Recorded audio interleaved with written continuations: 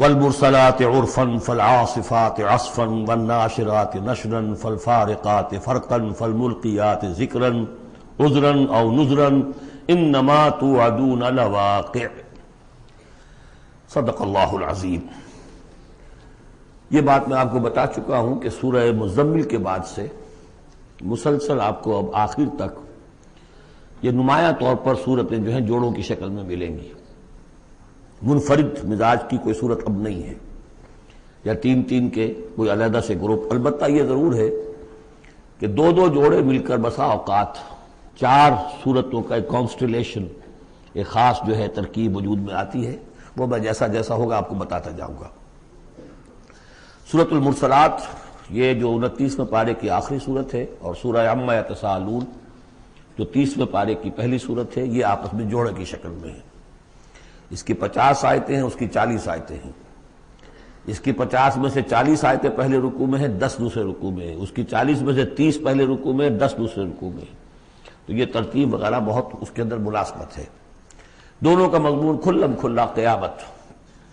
اور یہ پورا گروپ جو چلا آ رہا ہے، یہ تو سورہ قاف سے لے کر اور آخر تک جو مکی صورتیں آئیں گی، انذار قیامت ان سب کا موضوع ہے۔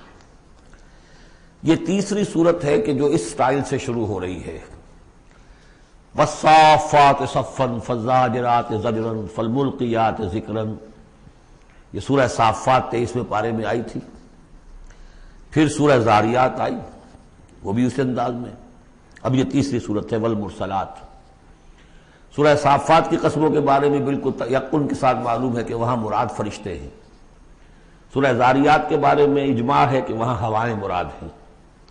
یہ صورت اس اعتبار سے مشکل ہے کہ اس کی ابتدائی قسموں کے بارے میں مختلف آراء ہیں، ہوائیں بھی اور فرشتے بھی۔ والمرسلات عرفا، پہلی تین کے بارے میں تو یوں سمجھیے کہ سمجھا جاتا ہے کہ یقیناً یہ ہواؤں کا معاملہ ہے۔ وہ ہوائیں کہ جو چلائی جاتی ہیں بڑی آہستگی کے ساتھ، عمدہ طریقے سے، جب سب شروع میں چلتی ہے تو آہستگی کے ساتھ، اور مرسلات چلانے والا اللہ ہے ان کا، بھیجی ہوئی ہیں ہوائیں، یہ بھیجی ہوئی ہوائیں۔ فالعاصفات عصفا، پھر یہ بھی ہوتا ہے کہ یہی ہوائیں کسی وقت بڑے زبردست جھکڑ اور تیز طوفان کی شکل اختیار کر لیتی ہیں۔ والناشرات نشرا، اور اسی طرح سے یہی ہوائیں ہیں کہ پھر جو بادلوں کو، بخارات کو اٹھا کر لے کر جاتی ہیں، جو باران رحمت بن جاتے ہیں۔ فالفارقات فرقا، اور پھر وہ جا کر جو بھی تقسیم کرنا ہوتا ہے، مقسمات امرہ جو ہم نے پڑھا تھا، پھر یہ ہے کہ کہیں پر وہ بارش ہو گئی اور کہیں وہ بارش نہیں ہوئی، کہیں بنجر رہ گیا معاملہ اور وہاں کھیتی نہیں ہوئی، اور کہیں چل تھل ہو گیا اور وہاں کھیتی ہو گئی۔ فالملقیات ذکرا، البتہ اس کے بارے میں یہ اختلاف ہے کہ خیال تو یہ کہ یہ بھی مراد وہی ہوائیں ہیں کہ ان کے ذریعے سے وحی بھی جو آتی ہے اور وہ جو لوگوں تک پہنچتی ہے آواز نبی کی، وہ بھی ہوا کے ذریعے ہی سے پہنچتی ہے، میڈیم یہی ہے۔ لیکن ایک رائے یہ کہ اس سے مراد فرشتے ہیں کہ جو لے کر آتے ہیں ذکر، وہی لے کر آتے ہیں عذرن اور نذرن۔ اور یہ جو ذکر لاتے ہیں فرشتے، یا تو یہ کہ الزام اتارنے کے لیے، جو ہم پڑھ چکے ہیں سورہ نساء میں کہ ہم نے رسولوں کو کیوں بھیجا، لئلا یکون للناس علی اللہ حجۃ بعد الرسل، لوگوں کے پاس کوئی الزام نہ رہ جائے اللہ تعالیٰ کے ہاں پیش کرنے کے لیے، کوئی عذر باقی نہ رہ جائے کہ اللہ ہمیں خبردار تو کیا نہیں گئے، ہمارے پاس کوئی نبی تو آیا ہی نہیں۔ تو عذراً اللہ تعالیٰ کی طرف سے گویا کہ اتمام حجت ہے، اور نذراً خبردار کرنے کے لیے تاکہ وہ جو بھی جاگنا چاہے جاگ لے۔ ان ساری قسموں پر جو اب مقسم علیہ ہے، جس چیز پر قسم کھائی گئی، انما توعدون لواقع، جس چیز کا تم سے وعدہ کیا جا رہا ہے وہ واقع ہو کر رہے گی۔ یہی سورہ زاریات میں تھی، لیکن سورہ صافات اس گروپ سے متعلق تھی کہ جو توحید جس کا مرکزی مضمون ہے، تو مقسم علیہ تھا ان الہکم لواحد۔ تو یہ فرق ہے۔ اب اس کے بعد قیامت کا نقشہ کھینچا جا رہا ہے۔ فَإِذَا النُّجُومُ طُمِسَتْ، جب ستارے مٹا دیے جائیں گے۔ وَإِذَا السَّمَاءُ فُرِجَتْ، جب آسمان میں شگاف پڑ جائیں گے، جھروکے بن جائیں گے۔ اب یہ سب چیزیں جو ہیں ہمارے لیے، یہ در حقیقت کہیں کہیں کوئی بات جدید جو ہماری معلومات ہیں اس کے اعتبار سے کچھ ذرا زیادہ اس کا مفہوم نکھر کر سامنے آ جائے گا، باقی یہ کہ ابھی تک یہ چیزیں جو ہے متشابہات میں شامل ہیں۔ وَإِذَا الْجِبَالُ نُصِفَتْ، جبکہ یہ پہاڑ چلائے جائیں گے، اڑا دیے جائیں گے۔ ریت بن کر اور یہ تحلیل ہو جائیں گے۔ وَإِذَا الرَّسُولُ أُقِّتَتْ، اور جب رسولوں کا وہ وقت آ جائے گا جبکہ وہ جو کھڑے ہوں گے گواہی دینے کے لیے۔ لِأَيِّ يَوْمٍ أُجِّلَتْ، یہ کس دن کے لیے یہ سارا معاملہ کیا گیا تھا؟ لِيَوْمِ الْفَصْلِ، فیصلے کے دن کے لیے رسولوں کو بھی بھیجا گیا۔ رسولوں کا پھر وہاں پر پیش ہونا پروزیکیوشن وٹنسز کی حیثیت سے، اپنی اپنی قوموں کے خلاف گواہی دینا کہ اللہ ہم نے تیرا دین ان تک پہنچا دیا تھا، اب یہ جواب دے۔ یہ سب جو تھا یہ مؤخر کیا جا رہا تھا، کس دن کے لیے؟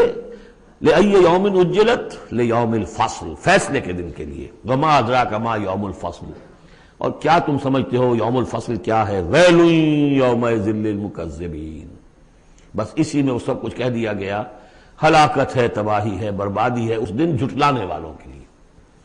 اور ویل کے بارے میں آپ کو بتا چکا ہوں کہ جہنم کی ایک وادی بھی ہے جس کا نام ویل ہے، جس سے خود جہنم پناہ مانگتی ہے۔ الم نہلک الاولین، کیا ہم نے پہلوں کو ہلاک نہیں کیا؟ ثم نتبعہم الآخرین، پھر ہم نے ان کے پیچھے دوسروں کو، پچھلوں کو لگا دیا۔ اب اس میں یہ بھی مراد ہے، ایک نسل آتی ہے ختم ہوتی ہے، دوسری نسل آتی ہے ختم ہوتی ہے، تیسری نسل آتی ہے ختم ہوتی ہے، اور ایک یہ بھی کہ قوم نوح جو ہے ہلاک کی گئی تو قوم عاد کو اٹھایا، پھر وہ ہلاک کی گئی تو پھر قوم سمود کو اٹھایا۔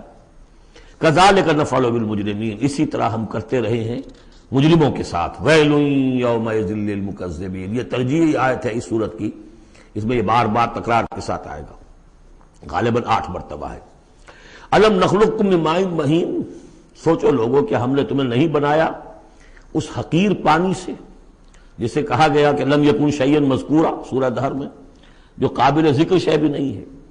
فجعلناہ فی قرار مکین، پھر ہم نے اس کو رکھ دیا، اس نطفے کو ایک بڑے مضبوط قلعے کے اندر قرار جمے ہوئے، جو وال آف یوٹرس ہے، رحم مادر کی ماں، وہ بڑی مضبوط ہوتی ہے کہ جو دیوار ہے۔ فجعلناہ فی قرار مکین الی قدر معلوم، ایک وقت معین تک کے لیے، ایک اندازے کا کہ جو پہلے سے معلوم ہے، طے شدہ ہے۔ فقدرنا، تو ہم یہ سب کچھ کر سکے، یا ہم نے وہ اندازہ مقرر کیا۔ فنعم القادرون، کہ کیا ہی اچھے ہیں ہم قدرت رکھنے والے، اور کیا ہی اچھے ہیں ہم اندازہ مقرر کرنے والے۔ وَيْلٌ يَوْمَئِذٍ لِّلْمُكَذِّبِينَ، ہلاکت اور تباہی اور بربادی ہے اس دن جھٹلانے والوں کے لیے۔ الم نجعل الارض کفاتا، کیا ہم نے زمین کو نہیں بنا دیا سمیٹ لینے والی؟